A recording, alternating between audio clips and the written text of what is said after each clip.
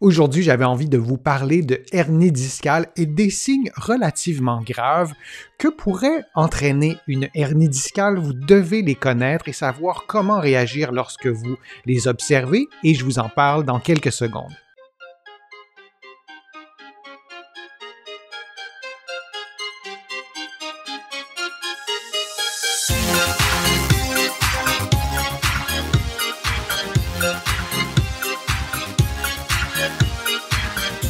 Je suis Denis Fortier. Si vous êtes nouveau ici sur ma chaîne YouTube, je vous conseille de vous abonner en cliquant sur le coin inférieur droit de l'écran.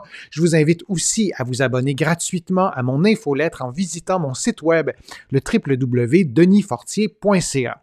Maintenant, aujourd'hui, je vous parle de hernie discale et des signes graves qui sont associés à la hernie discale qui indiquent vraiment que le temps est venu de consulter un professionnel de la réadaptation ou de consulter votre médecin. Je vais vous donner plusieurs indications pour bien reconnaître les signes de la hernie discale. Il y a des hernies discales qui sont tout à fait inoffensives, qui ne causent pas de douleur, aucun symptôme, et ça existe vraiment beaucoup plus souvent qu'on le croit. Par contre, il y a des hernies discales qui causent des symptômes.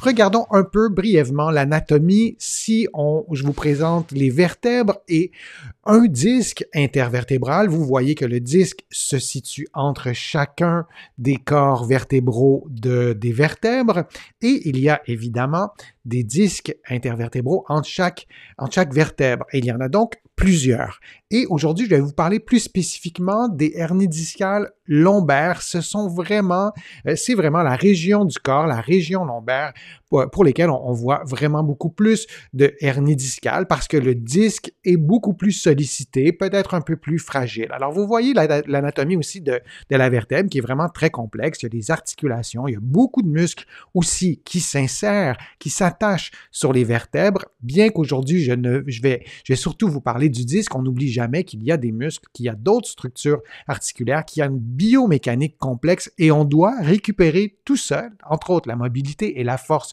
l'endurance pour bien guérir d'une hernie discale. Si on regarde encore le corps vertébral ou la vertèbre, en fait, il y a le corps et il y a l'arc de la vertèbre et au centre, il y a un trou. Il y a un espace et si on regarde cet espace à travers toutes les vertèbres, on voit le canal spinal. Et le canal spinal, c'est vraiment important, il y a la moelle épinière qui passe à l'intérieur et la moelle épinière, ça fait partie du système nerveux. Et si on a une compression de la moelle épinière, on peut avoir de ces signes graves qui peuvent être causés par une hernie discale. Alors, c'est bien important de se souvenir que dans cet espace, dans le canal qui est formé par les vertèbres, il y a aussi la moelle épinière. Maintenant, la hernie discale, maintenant qu'on a vu le disque, regardons la hernie discale. Qu'est-ce qui se passe lorsqu'on a le gel qui est à l'intérieur du disque, que vous voyez sur l'illustration, et le gel, on le voit sortir en fait du disque.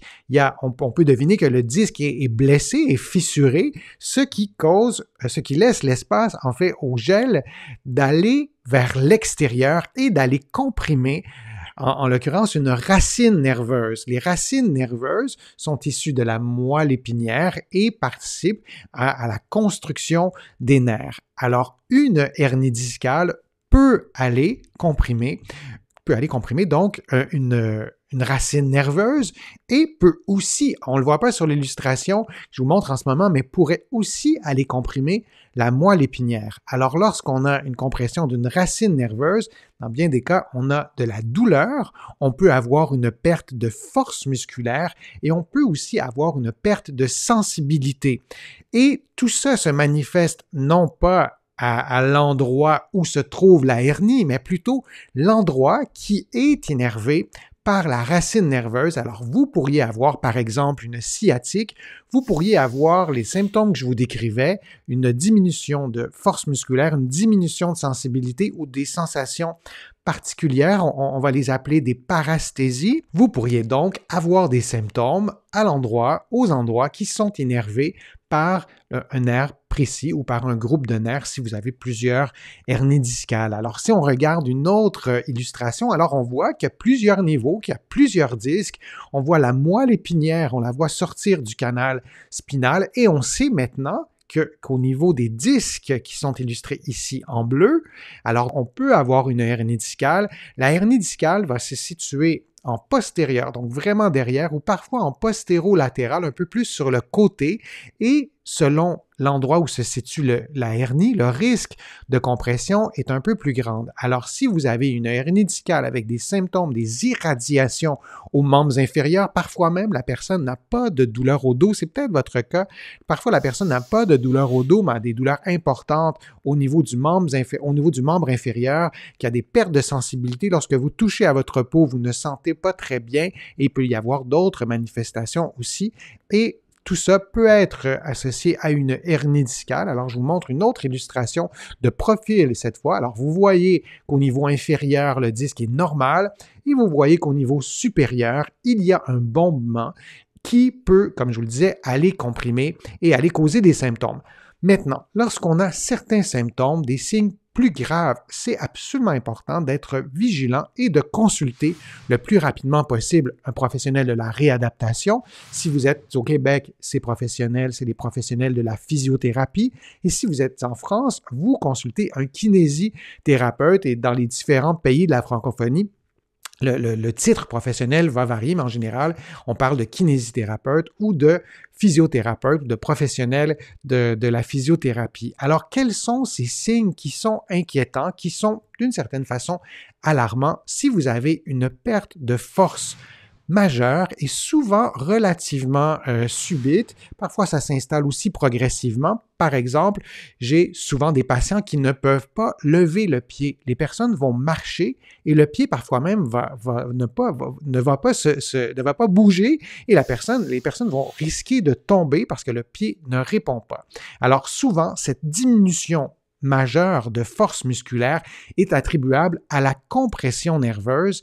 Vraiment, il y a le courant électrique qui ne passe plus. Si je vous remontre l'illustration, vous voyez la racine nerveuse est comprimée. Alors, ce courant nerveux, cet influx nerveux, ce courant électrique ne se rend pas jusqu'au muscle. Alors, le problème n'est pas vraiment le muscle. C'est un peu comme si vous avez une ampoule électrique à la maison qui ne fonctionne pas, mais parce que l'électricité ne se rend pas à l'ampoule, c'est le même principe. Alors, cette compression doit être adressée, on doit l'évaluer et on doit envisager une stratégie thérapeutique pour réduire la compression nerveuse. Alors, on peut avoir une faiblesse majeure. On peut aussi avoir une douleur vraiment très, très forte, très violente, qui ne diminue pas. Alors là aussi, une douleur très forte, très violente, qui n'évolue pas positivement dans les 24, 48, 72 heures. Moi, je vous encourage vraiment à aller consulter. On va souvent avoir le réflexe d'aller consulter lorsque c'est de la douleur, mais retenez aussi que la faiblesse est aussi un signe relativement inquiétant. Il y a aussi d'autres signes qui sont causés par une compression nerveuse de la racine, donc nerveuse, mais qui peuvent aussi, des symptômes qui peuvent survenir lorsque la moelle épinière est touchée. Alors, la moelle épinière, c'est un peu le même principe que s'il y avait une compression dans votre cerveau.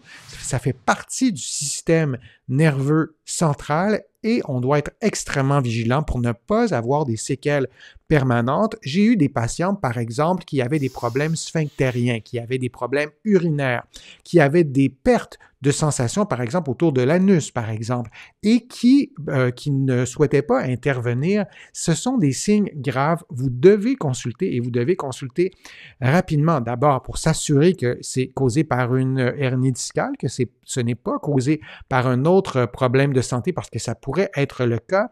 Mais parfois, ces symptômes qui sont reliés à des problèmes urinaires, des problèmes fécaux. Donc, on doit absolument consulter et peut-être faire un lien avec des problèmes de dos. Et ces problèmes de compression nerveuse peuvent aussi être associés à un problème avec la queue de cheval. Parfois, on n'entend pas souvent ce terme-là. Je vous montre sur une illustration ce que c'est. On a la moelle épinière, on connaît ce terme-là. On a le cerveau, vous voyez, ce sont donc des structures nerveuses. Et on a aussi en bas de la moelle épinière, on a des nerfs qui descendent donc vraiment très très bas, vous voyez, hein, jusqu'au sacrum, et l'ensemble de ces nerfs qui sont en dessous de la moelle épinière s'appelle la queue de cheval, et lorsqu'on a une compression, un problème avec ce groupe de nerfs, ben, on peut avoir des symptômes graves neurologiques, comme je viens de vous expliquer. Et encore une fois, on se doit absolument de consulter, probablement pour passer des tests